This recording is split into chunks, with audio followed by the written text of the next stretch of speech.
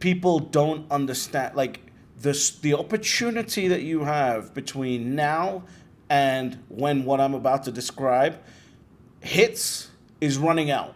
There is a time limit on it. In fact, I personally think there's a time limit on how long anything I say on YouTube or Twitter will be valuable.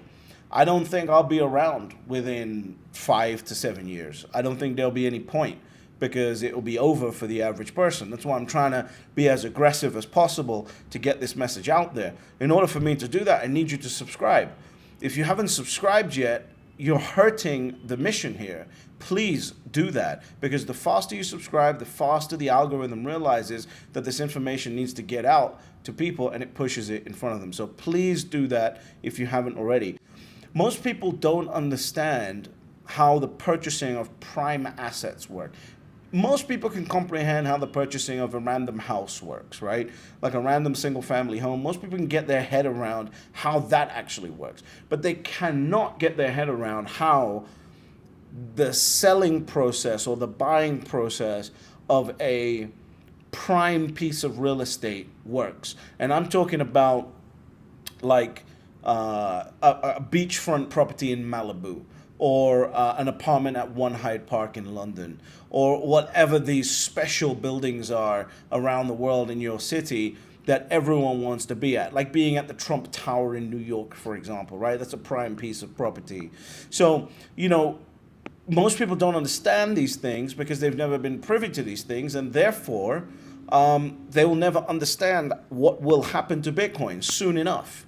Right? Because Bitcoin has true scarcity. The only reason these assets, this paranoia of buying starts in these prime pieces of property is because there is actual scarcity. If this property that comes up in Malibu on the beachfront goes to someone else, I'm going to have to wait 5 years, 10 years, whatever it is, until another one of those properties shows up on the market. So I need to get one if I want to be part of that club, that community. I own a beachfront property in Malibu, etc., etc. So people are really misunderstanding how this works, right?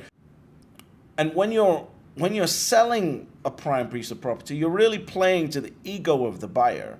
You're not playing to the rational investment making decision of the buyer, because the rational investor will go buy 200 units of a single family homes, or 200 apartment units, and focus on increasing the cash flow of that unit to increase the value of that. That's a completely different market. That's what a stock is, right? When we're talking about scarcity here, we're talking about something transcending the average because it has true scarcity. So, for those buyers of that prime piece of real estate in Malibu, for example, money is not the issue, right? The issue is the desire to own that specific piece of property. There's kudos points when your friend owns a specific piece of property or a specific watch and you don't. Right? That pisses me off. That pisses people off. It's just like, oh, why does he get one and I don't? Yeah, it's that childish on that level, right? So how it works is this, right? Let's say that property goes on the market and it's $30 million for this Malibu beachfront property. We call the first buyer and he says, I'll take it for 28, thinking he's going to get a deal. The next one comes in and realizes that he knows who the first buyer is and he doesn't want the first buyer to own it. So he goes, you know what? I'll take it for 31. And then you call it as a seller, you call the third guy and say that there are two bids in at 28 and 31, and the third buyer is connected enough because the community is pretty small to know who's bidding on that property, and he realizes that he wants to be the one out of that group that owns that property, so he's going to offer 35 million for it. Right? The first buyer is now priced out because he can't afford 35 mil. And you just continue doing that with the 50 guys or 50 people or 50 families or whatever until you get to your final price. And now the final price lands at 37 million, which is 23% above the original asking price for a property that, people just want to say buy to say fuck you. That's it, right? It's ego. It's complete and utter ego. And by the way, that person will probably buy that property and leave it empty. They're not moving into it. They're just doing it because they can say, hey, I own a piece of Malibu beachfront property. And similarly here, the crazy part is that while we're looking at, in this example, I'm using Malibu beachfront property, Bitcoin is infinitely scarcer than Malibu beachfront property. Because now it's not only the residents of Malibu, or the people who want to live in California, or the people in America, or the people who just want to park $30-something million into that property that are in the market. Bitcoin's everyone. Everyone's in the market. Everyone's playing this game, right? It is from the top to the bottom. You are now turning Bitcoin into a Veblen good. A Veblen good in economics is basically a good that as the price goes up, or as the price goes up, the scarcer it gets, and therefore it drives the price even up, right? The demand increases as the price goes up of this good. You're going to be breathing such rare air in a very, very short period of time, because Bitcoin is pricing out different economic groups, right? It's now priced out the middle class. Next cycle, it will price out low single-digit millionaires. And you might think, okay, let's say Bitcoin gets to 100,000, right? How is it pricing out a low single-digit millionaire? Because someone who's worth 3 million has probably got that 3 million in property. They can't just sell one room in a property in order to get into Bitcoin. They have to sell the whole property, and they generally won't do that. Why? Because they're attached to the property. So they're attached to the investment. So as the price goes up, more and more demand is going to come into it, because it is seen as a scarce asset where you can breathe rarefied air and you can walk around saying, I own 1 Bitcoin, right? There will be times where, in the next 20 years, there'll be times where people with 1 Bitcoin plus will be invited to special events that other people won't be invited to, right? Because you have access to liquid capital that can be flown around the world in a heartbeat and executed. It is a status product. It is a status investment. And there's only 21 million. And as imagine this, you buy 1 Bitcoin now, and suddenly in I don't know, let's say 5 years time, somebody worth $20 million can't get 1 Bitcoin. You now have the highest status in that dick swinging club, right? And whether we want to say, I'm going to take part in that or not, that's just how life works. I don't care whether you take part in it or not. That's how life works. So, this is the most pristine asset. And the games that get played in real estate, in prime real estate, in watches, in art, it's all coming in.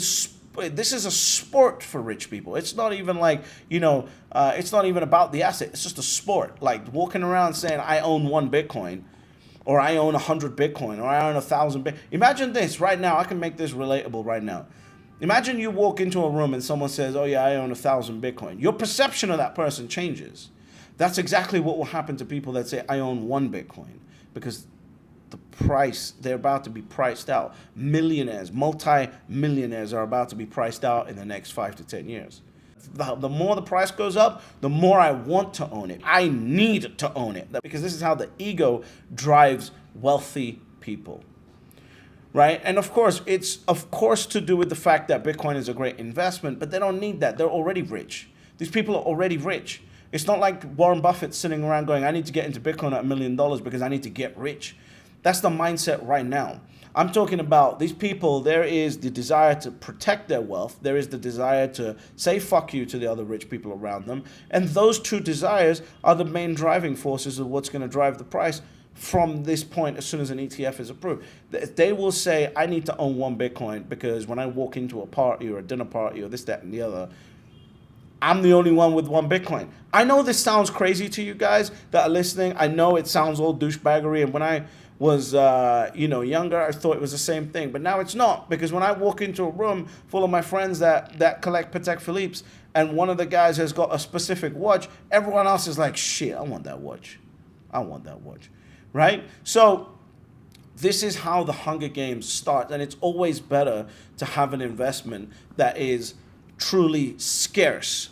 Scarcity is what drives the investment, and that's what Bitcoin provides. And so you're sitting here going, hey, maybe I'll just slowly DCA into this asset, when as soon as these guys wake up, they're going to come charging for this asset. You've got a limited time opportunity right now to secure as much of this asset as you can, because when they get going, it's gonna be literally like the Hunger Games. You just have to look at the chart of Tesla in 2019, 2020 and see what happened to that when everyone decided I needed a piece of Tesla, right? These guys just want one Bitcoin to say fuck you. That's all it is.